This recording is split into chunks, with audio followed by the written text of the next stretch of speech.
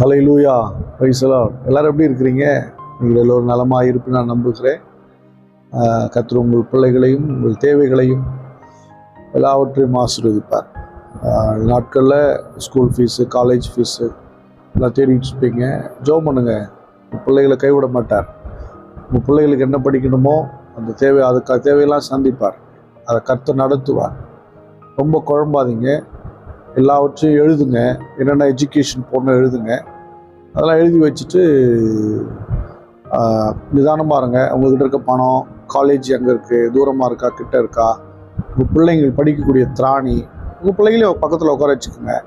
அதெல்லாம் செக் பண்ணிட்டு நீங்கள் அதுக்கப்புறம் காலேஜு, அந்த குரூப்ஸு இதெல்லாம் ரெடி பண்ணுங்கள். அப்போது உங்கள் பிள்ளைகள் ஜெயிப்பதற்கு நலமாக இருக்கும். ஏன்னா சில பேருக்கு ஆசை நிறைய இருக்கும், பணம் இருக்காது, சூழ்நிலை இருக்காது. சில பேருக்கு இந்த சூழ்நிலாம் சரியாக அமையாது, அட்மாஸ்பியர் கரெக்டாக இருக்காது. அமர்ந்து ஜெபித்து ஒரு சரியான முடிவு எடுங்கள். கர்த்தர் உங்களை ஆசீர்வதிப்பார். இன்னும் நாள் மெய்ப்பனின் சத்தம். யாத்திராகமத்தின் புஸ்தகம் 16ஆம் அதிகாரம் 10ஆம் வசனத்தை நான் வாசிக்கிறேன். ஆரோன் இஸ்ரவேல் புத்திரராகிய சபையாருக்கெல்லாம் இதை சொல்லுகிற போது அவர்கள் வனாந்திர திசையாக திரும்பி பார்த்தார்கள். அப்பொழுது கர்த்தருடைய மகிமை மேகத்திலே காணப்பட்டது. ஹல்லேலூயா. கர்த்தருடைய மகிமை வனாந்திரத்திலே காணப்பட்டது.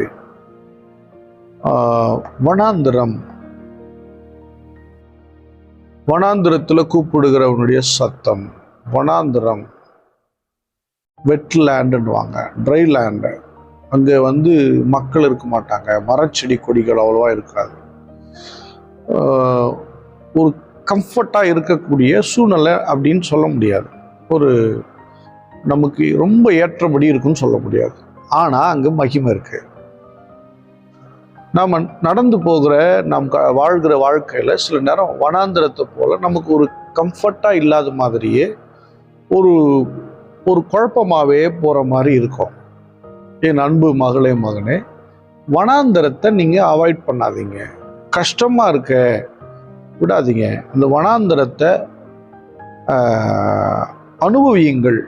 அந்த வனாந்திர காலத்தை எப்படி அனுபவிக்கணும்? கர்த்தரோடு கூட அனுபவியுங்கள், கர்த்தரோடு கூட நடந்து வாருங்கள். இந்த வனாந்திரத்தில் தான் அவர் உங்கள் முன்னாடி போகிறத நீங்கள் ஃபீல் பண்ண முடியும். பின்னாடி வராரு, வலப்பக்கம் இடப்பக்கம் இருக்கிறத பார்க்க முடியும். வனாந்திர பிரயாணத்தை நம்ம அவாய்ட் பண்ணவே கூடாது, வேண்டான்னு சொல்லக்கூடாது. ஆமாம், அதனால நம்ம பார்க்க வேண்டிய மகிமையெல்லாம் பார்க்கணும். இயேசு கிறிஸ்துவே வனாந்திரத்தை சந்தித்தார். 40 நாள் வனாந்திரத்தில் இருந்தார், உபவாசித்தார். ஆல்டர்னேட்டிவே கிடையாது. அவரு அந்த வனாந்திரத்துக்கு அப்புறம்தான் இயேசு கிறிஸ்து மேலே அந்த தேவ மகிமை, அந்த குளோரி பெருக ஆரம்பிச்சது. அசுத்தாவிகளை துரத்தினார், வியாதிகளை சுகமாக்கினார். போகிற இடங்கள்லாம் பலமான அற்புதங்கள் வல்லமையாக நடக்க ஆரம்பிச்சது. எனக்கு அன்பானவர்களே, ஒரு காரியத்தை புரிஞ்சுக்குங்க. தேவ மகிமைக்குள்ள வந்துருங்க, தேவ மகிமைக்குள்ள வந்துருங்க. வனாந்திரத்தை பற்றி கவலைப்படாதீங்க. வனாந்திரத்தை மீட் பண்ணாமல் ஒன்றுமே இல்லை. மோசே வனாந்திரத்தை மீட் பண்ணார், யாக்கோபு வனாந்திரத்தை மீட் பண்ணார், ஆபிரகாம் வனாந்திரத்தை சந்திச்சார், எலியா வனாந்திரத்தை சந்திச்சார், அப்போஸ்தலனாகிய பவுல் வனாந்திரத்தை சந்திச்சார். வனாந்திரம் கொஞ்சம் கஷ்ட காலங்கள், கொஞ்சம் பிரச்சனைகள். இதை நீங்கள் தள்ளிடாதீங்க. இதுக்கு பின்னாடி ஒரு மகிமை இருக்குது. அந்த திசை பக்கமாய் திரும்புங்கள். வனாந்திர திசையை நோக்கி எதிர்கொண்டு வாங்க. உபத்திரவங்கள், பிரச்சனைகள், போராட்டம் எதிர்கொண்டு வாங்க. சொல்றது ஈஸியாக தான் இருக்கும், சந்திச்சு வாங்க. இயேசு கிறிஸ்து நான் திடன் கொள்ளுங்கள், உபத்திரவம் உங்களுக்கு உண்டு அப்படின்னு சொல்றாரு. அவரு என்ன திடனா இருங்க, உபத்திரத்தை ஃபேஸ் பண்ணுங்க, ஓடக்கூடாது. தனியால பிரச்சனை இல்லாமல் கடந்து வந்துட்டு நாளைக்கு போய் என்ன சாட்சி நம்ம சொல்ல முடியும்? நீங்கள் எப்படி ரட்சிக்கப்பட்டீங்க, ஆனால் உங்கள் வாழ்க்கையில் என்ன செய்தார், எப்படி இதெல்லாம் நடந்துச்சுன்னா நம்ம சொல்லுவோம் பாருங்க.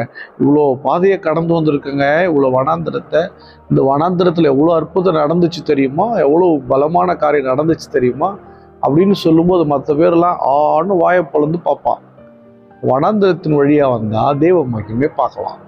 அதனால் உங்கள் கஷ்டத்தை நீங்கள் அல்ல தட்டிடாது. இந்த கஷ்ட காலங்களை எப்படி தேவனோடு நடக்கிறது, எப்படி இதை மனரமியமாக்கி கொள்வது, எப்படி இந்த நாட்களில் பரிசுத்தமாக வாழ்றது, எப்படி அவரையே விசுவாசித்து அவரை ஃபாலோ பண்ணுறது எப்படின்னு நீங்கள் கண்டுபிடிச்சிட்டிங்கன்னா வனாந்திர சுகம் தானே. இல்லை ஆமாம், எதுவுமே இல்லை பாருங்க, உழைப்பே கிடையாது, கொட்டிக்கிட்டே இருக்கும்.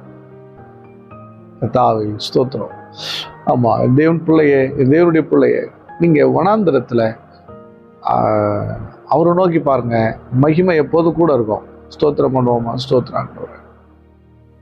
வனாந்திர வழி நாங்கள் ஒவ்வொருத்தரவங்களை பார்க்குறோம், அதில் கரெக்டாக நாங்கள் நடக்க எங்களுக்கு கற்றுக் கொடுக்காங்க. வசனத்தில் நிற்கணும், எங்களுக்கு உதவி செய்யுங்கப்பா. ஸ்தோத்திரம் ஸ்தோத்திரம்.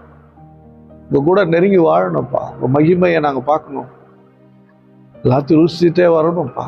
ஸ்தோத்திரம். அன்பின் பிதாவே உம்மை ஸ்தோத்திரிக்கிறாங்க. வனாந்திர யாத்திரையில், இந்த பிரயாணத்தில் எங்கள் கூட வாங்கப்பா. ஆண்டவரே, எத்தனை உபத்திரவங்கள் நாங்கள் சந்திக்கிறோம், எத்தனை நிந்தனை அவமானம் நெருக்கடிகளை சந்திக்கிறோம். ஆனால் கைவிடலையே, விட்டு விலகலையே, தள்ளிவிடலையே. ஸ்தோத்திரம்ப்பா, ஸ்தோத்திரம். ஆண்டவரை பார்க்கிற ஒவ்வொருவரையும் ஆசீர்வதிங்க, மகிமையின் அனுபவத்தில் எங்களை நடத்துங்கப்பா. இயேசு கிறிஸ்துவின் நாமத்தினால் ஜெபிக்கிறேன், ஜீவனுள்ள நல்ல பிதாவே.